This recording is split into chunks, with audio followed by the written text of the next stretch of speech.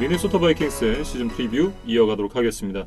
일단 이 많은 변화가 있었던 이번 시즌의 이제 미네소타 바이킹스인데요. 여러 베테랑 선수들을 떠나보냈고 이제 반대로 15개의 지명권을 행사하면서 루키들을 뽑았었던 미네소타 바이킹스입니다. 많은 변화가 있지만 이제 변화가 없는 부분도 있는데 그중 하나 이제 쿼터백이에요. 그러니까 커크 커즌스와 또 한 번의 이제 연장 계약을 맺으면서 예. 일단 신뢰를 보냈습니다. 지난 시즌 이제 보여줬던 이 기대 이상의 활약에 또 이제 보상을 받았던 커크 커즌스인데 뭐 사실 팀을 캐리했다 이렇게 얘기하기는 좀 애매합니다. 근데 사실 70점 정도를 기대를 하던 선수에게 이 선수가 이제 80점을 받았을 때 80점이 굉장히 잘했느냐라고 얘기하면 그건 좀 아닌 것 같은데 라는 생각이 들지만 70점을 하던 선수가 80점 했으면 잘했다고 해야죠. 러닝백 델빈 쿡이 좀 스텝업 했던 게 커즌스에겐 좀 많은 도움이 됐던 것 같아요. 그리고 또 게리 쿠비악이 이제 어시스턴트로 오면서 이제 플레이 액션을 좀 가다듬었거든요. 그래서 이런 부분들이 좀 효과를 보면서 커즌스가 미네소타에 온 이후에는 이제 최고의 시즌을 보냈습니다. 그러면서 이제 올 시즌은 이제 플레이 콜러 자체가 게리 쿠비악으로 바뀌게 됐는데 그 부분이 이 올해도 이제 커크 커즌스에게 좀 도움이 되지 않을까 싶고요. 어쨌든 이제 지난 시즌에 보여줬던 이 미네소타 바이킹스 공격의 큰 그림. 커크 커즌스 선수가 이제 운영, 쉽게 말해서 이제 매니징을 하고 이 델빈 쿡 중심으로 경기를 풀어갔을 때 그리고 델빈 쿡이 러싱이 터지기 시작하면 플레이 액션으로 경기를 이어갔던 게 전반적으로 미네소타 공격이 원활하게 잘 돌아갈 수 있었던 어떤 이 근간이다 이렇게 생각이 들고 그런 부분을 이제 지난 시즌에 확인을 했으니까 올 시즌도 그 모습 그대로 시즌을 끌고 갈 것이다 이렇게 좀 생각이 듭니다. 그런데 좀 이슈가 있다면 델빈 쿡과 아직 연장 계약을 하지 못했어요.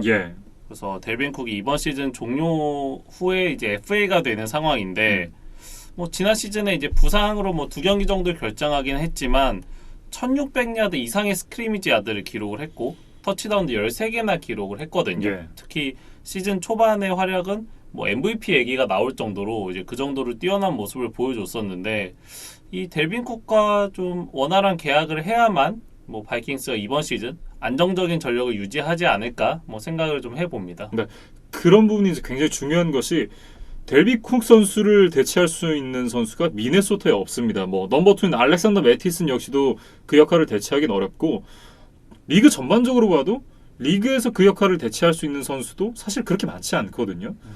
그렇기 때문에 이제 델빈 쿡 선수가 지금 이 연장 계약을 달라고 하면서 홀드아웃 가능성까지 좀 시사를 하고 있습니다. 물론 이제 1주차 경기에 뛰겠다라고는 얘기는 했지만 1주차 끝나고 2주차 끝나고 그 시즌이 이제 흘러가면서 그 중간에 홀드아웃을 할지 어떨지는 또 알 수 없는 부분이거든요.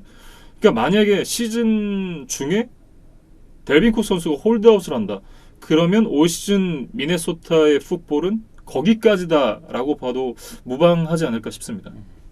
결국 델빈 쿡이 빠졌던 그 2경기에서 미네소타의 경기력을 그렇게 좋지 않았거든요. 그래서 그런 점들 감안하면 좀 쿡은 이 바이킹스 공격의 핵심이다 이렇게 봐야 될 것 같고 이 사람 마음이라는 게 좀 뭔가 안정적으로 보장이 되어 있지 않으면 계속 흔들리고 좀 신경 쓰이는 게 많아지는 거잖아요. 그럼 이제 본업인 이 경기에 좀 집중하기 어려운 환경이 만들어질 수 있기 때문에 그런 점들을 감안하면 바이킹스는 좀 빠르게 협상을 진행을 해야 될 것 같습니다. 그리고 이제 리시버진을 보면 그런 부분들이 더 분명해지는 것이 일단 지난 시즌 팀 내 넘버원 리시버였던 이제 스테펀 딕스 선수가 떠나게 됐습니다. 그리고 이제 이 빌스에서 받아온 1라운드 픽으로 저스틴 제퍼슨 선수를 지명을 했는데 역시나 이제 루키 선수인 만큼 의문부호가 있고 이 선수가 이제 애덤 틸런 선수와 어느 정도 좀 이제 이 포지션이 겹치는 상황이기 때문에 이 포지션에 대한 정리가 좀 필요한 상황인데요.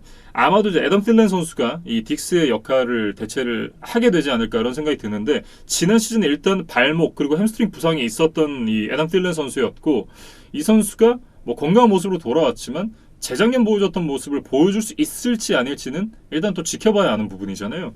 거기다가 이제 뒤를 바친 선수들이 타제 샤프, 비시 존슨 이런 선수들인데 리시버의 뎁스는 그렇게 좋지만은 않다라는 생각이 들어요. 말씀해주신 대로 틸런이 부상으로 6경기를 결장을 했거든요.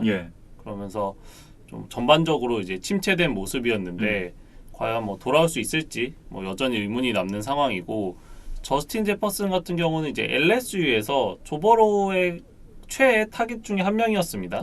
그러면서 19 시즌에 이제 폭발적인 모습을 보여줬는데 뭐 그게 바로 프로 무대에서도 그 정도의 모습을 보여줄 수 있을 것이냐 이거에 대해서는 뭐 여전히 검증은 되지 않은 상황이거든요. 그렇죠. 그래서 좀 커크 커즌스가 믿고 맡길 만한 리시버들이 확실히 있다 이렇게 좀 말씀드리기는 어려울 것 같아요. 예. 타이트엔드 쪽을 좀 보면 이 카일 루돌프 선수가 이제 30줄에 접어들었습니다. 그러면서 이제 좀 나이가 많기 때문에 스텝이 조금씩 줄어들 것으로 예상이 되고 그렇기 때문에 이제 어브 스미스 선수가 이 역할을 조금씩 대체를 해줘야 되는 상황인데 그렇게 본다면 어브 스미스의 역할이 이번 시즌 참 중요하다라는 생각이 들어요. 그리고 지난 시즌 미네소타가 타이트엔드를 2명 이상 활용하는 그런 공격도 많이 사용했기 때문에 이 두 선수가 좀 리시버들의 짐을 덜어주면서 좀 공격진에 많은 기여를 하지 않을까 뭐 그런 기대를 해보겠습니다. 네, 오라인으로 넘어가 보겠습니다. 일단 가드 조시 클라인 선수의 이탈을 제외하면 지난 시즌과 큰 변화가 없는 오라인인데 일단 2라운드에서 뽑았던 이즈라 클리블랜드 이 태클 선수는 백업으로 출발할 것으로 보이고요. 다코타 도저 선수가 이제 선발 기회를 잡게 될 텐데 일단 이제 이 도저 선수가 여의치 않을 때 클리블랜드 선수가 태클이 아닌 가드로 그 자리에 들어갈 수도 있다라는 얘기가 있습니다. 미네소타의 오펜시브 라인을 전반적으로 평가를 해보자면 이 런 블락킹에서는 좋은 모습을 보였지만 이 패스 블락에서는 뭐 그렇게 썩 좋은 모습은 아니었다는 평가예요. 예. 하지만 이제 미네소타의 공격 스킴 자체가 뭐 쿼터백 롤아웃을 많이 하고 그다음에 플레이액션 패스 비중이 높았기 때문에 오펜시브 라인의 패스 프로텍션이 그렇게 중요하지는 않았던 거죠. 예. 어떻게 보면 이제 그런 전술을 택함으로 인해서 오라인의 부담을 좀 덜어줬다 이렇게도 생각이 드는데요. 그런데 이제 반면에 이 머스트 패스 시츄에이션에서는 그 약점이 고스란히 드러났다 이런 이야기들이 있어요. 예. 그러니까 경기에서 뒤지고 있을 때 그리고 시간이 얼마 남지 않았을 때 상대가 미네소타는 지금 무조건 패스를 할 수밖에 없는 상황이다라는 걸 예상을 했을 때는 네. 이제 그때는 이제 플레이 액션에 더 이상 속지 않는 거죠. 그러니까 예전에 이제 이진만 의원이 얘기를 했었던 댈러스가 역전을 쉽게 만들지 못하는 이유 그래서 리드를 가져가야 되는 이유랑 굉장히 좀 비슷한 그런 상황이다라고 생각을 하시면 될 것 같습니다. 그래서 지난 디비저널 라운드가 그 좋은 예시가 아니었나 싶어요. 예. 그래서 나이너스에게 경기 초반에 좀 리드를 뺏기고 그 다음에 이제 패스로 따라가야 되는 상황이 되자 이제 오라인이 이제 약점을 노출했고 그날 커즌스까지 6개의 색을 당하면서 이제 무기력하게 탈락을 하고 말았거든요. 예. 더군다나 이제 그 경기에서는 커즌스도 커즌스였지만 이제 델빈 쿡 선수가 그 전 경기, 그러니까 원래 이제 정규 시즌 마지막 2경기에 어깨 부상으로 못 나왔고 첫 경기 이제 뉴올리언스와의 경기를 뛰었을 때 그 부상이 다시 도졌잖아요. 그러면서 이제 나이너스와의 경기에서는 이렇다 할 활약을 별로 못 보여줬었는데 그런 부분도 좀 크게 작용했다라는 생각이 듭니다. 그것도 결국 이제 상대에게 머스트 패스 시츄에이션을 이제 제공한 뭐 그렇죠. 그런 원인이라고 네. 볼 수 있겠죠. 그래서 미네소타가 이번 시즌에도 오펜시브 라인에 뭐 큰 변화는 없기 때문에 네. 이런 머스트 패스 시츄에이션에 좀 자주 노출이 되지 않아야 될 것 같습니다. 결국은 좀 리드를 가져가면서 경기를 운영해야 된다라는 얘기가 되겠고 D라인 쪽으로 이제 넘어가서 얘기를 해보겠습니다. 일단 린발 조셉 그리고 에버슨 그리핀 선수의 유출이 있었습니다. 그러면서 이제 린발 조셉의 대체제로 마이클 피어스를 데리고 왔는데 이 선수는 옵트아웃을 선언을 했습니다. 이게 좀 문제가 될 것 같아요. 예. 그리고 이제 그리핀 선수의 공백은 이제 야닉 은가케 선수를 데리고 오면서 이제 메우게 됐는데 지난 시즌 14개 반의 색을 기록했었던 데니얼 헌터가 IR에 올랐습니다. 그러면서 이제 선발로 이제 이페디 오데너보 선수가 나설 예정이라고 하는데 아무래도 이제 데니얼 헌터 선수가 기존에 보여줬던 어떤 이 무게감이 있기 때문에 이 공백을 메우기는 쉽지 않아 보입니다. 이 다니엘 헌터가 지금 최소 3경기 결장이 불가피하다는 이야기가 있거든요. 근데 이제 이게 특히 더 뼈아픈 게 미네소타가 어쨌든 NFC 북부직으로 우승하기 위해서는 그린베이가 가장 큰 라이벌이잖아요. 근데 1주차 경기가 그린베이와의 맞대결이거든요. 그러니까 그 경기에 지금 헌터가 뛸 수 없다는 게 이 마이크 지머 감독에게는 참 뼈아프겠다 이런 생각이 좀 들고 이제 앞서 은가케가 이제 드디어 트레이드가 되면서 이제 바이킹스로 오게 됐는데 이 트레이드가 좀 재밌습니다. 그 조건이 2021년 2라운드 그리고 2022년 조건부 픽 한 장인데 이 조건부 픽의 내용이 좀 재밌어요.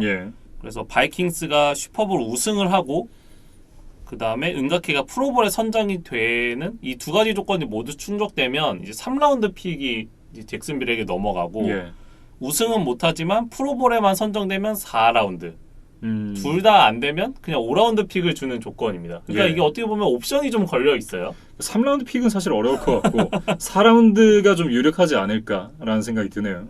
그래서 미네소타가 기분 좋게 3라운드 픽을 좀 넘겨주기를 뭐 팬들은 좀 바라고 있을 것 같은데 네. 뭐 그렇게 쉬운 목표는 아닙니다. 네. 이제 라인베커진에서는 에릭 핸드릭스, 앤서니 바가 이제 지난 시즌에 이어서 올해도 솔리드한 활약을 좀 보여주지 않을까 기대가 되고요. 문제는 이제 세컨더리인데 코너백이 모두 바뀌었습니다. 트레웨인스, 맥켄지 알렉산더 그리고 제이비어 로즈까지 모두 이탈을 했습니다. 물론 이제 로즈 선수는 지난 시즌 좀 아쉬운 모습을 보여줬지만 트레웨인스 선수와 맥켄지 알렉산더 선수는 넘버 1, 2 코너로 활약을 하면서 굉장히 좋은 모습 보여줬었거든요. 그러면서 이 선수들이 모두 이제 이탈을 하게 됐고 이 넘버원 코너로 이제 올라와줘야 되는 선수가 2018년도 1라운드 마이크 휴즈 선수입니다. 이 선수가 이제 넘버원 코너로 성장해 줄 수 있을지 그리고 반대쪽에서 뛰게 되는 홀튼 힐 선수 역시 이 부담스러운 상황을 이겨낼 수 있을지 한번 지켜봐야겠습니다. 그리고 이제 백업 그리고 로테이션 혹은 이제 미래 주전감으로는 이번에 이제 신인 듀오를 뽑았어요. 그래서 1라운드에 제프 글래든이라는 예. 선수를 뽑았고 그다음에 3라운드에 카메론 덴칠러라는 선수를 뽑았거든요. 근데 이 덴칠러가 조금 재미있는 게 그 LSU의 괴물 리시버 자말 체이스를 50야드 미만으로 묶었던 적이 있는 그런 이제 장신 선수가 되겠어요. 그래서 지금 미네소타의 트레이닝 캠프에서 나오는 뉴스를 보면 홀튼 힐 그리고 덴칠러가 굉장히 인상적인 모습을 보여줬다는 평가를 받고 있더라고요. 예. 그래서 뭐 앞서 말씀해주신 이제 3명의 이름값 있는 선수들이 빠져나가기는 했지만 젊은 선수들로 좀 리빌딩을 하는 그런 시즌이 되지 않을까 뭐 그런 기대도 좀 해보겠습니다. 예. 코너는 바뀌었지만 세이프티 쪽은 문제가 없습니다. 이제 지난 시즌 좋은 모습을 보여줬었던 해리슨 스미스 그리고 앤서니 해리스가 여전히 좀 건재를 하고 있기 때문에 뭐 세이프티 걱정은 크게 안 해도 될 것 같습니다. 이 세이프티 듀오만 보면 뭐 리그 최고가 아닌가 싶어요. 미네소타 시즌은 역시나 변수라고 한다면 역시 델빈 쿡 선수인 것 같습니다. 델빈 쿡 선수가 지난 시즌 이제 부상당하기 전까지 보여줬던 퍼포먼스를 보여준다면 사실 올해도 플레이오프는 크게 문제 없을 것 같고 사실상 이제 지구 우승 경쟁도 할 수 있다라는 생각이 드는데 델빈 쿡 선수가 만약에 홀드아웃을 하고 뭐 그럴 가능성은 높아 보이진 않지만 어쨌든 홀드아웃을 하고 시즌을 안 뛴다. 그러면 굉장히 좀 이번 시즌 미네소타는 큰 난관에 봉착하게 되지 않나 이런 생각이 듭니다. 그리고 미네소타는 일단 1주차 경기에 좀 총력전을 다 해야 될 것 같아요. 네. 그린베이와의 홈 경기인데 여기서 만약에 진다면 뭐 지구 우승 경쟁에서 굉장히 좀 불리하게 시작을 하는 거거든요. 예. 그래서 다니엘 헌터가 없다는 게 정말 뼈아프지만 어떻게든 뭐 수단과 방법을 가리지 않고 그 그린베이를 꺾기 위해서 좀 최대한 작전을 써야 될 것 같습니다. 네, 이렇게 이제 미네소타 바이킹스의 프리뷰 정리를 해보도록 하겠고요. 방금 얘기해 주셨던 이제 그린베이 패커스의 시즌 프리뷰로 넘어가도록 하겠습니다.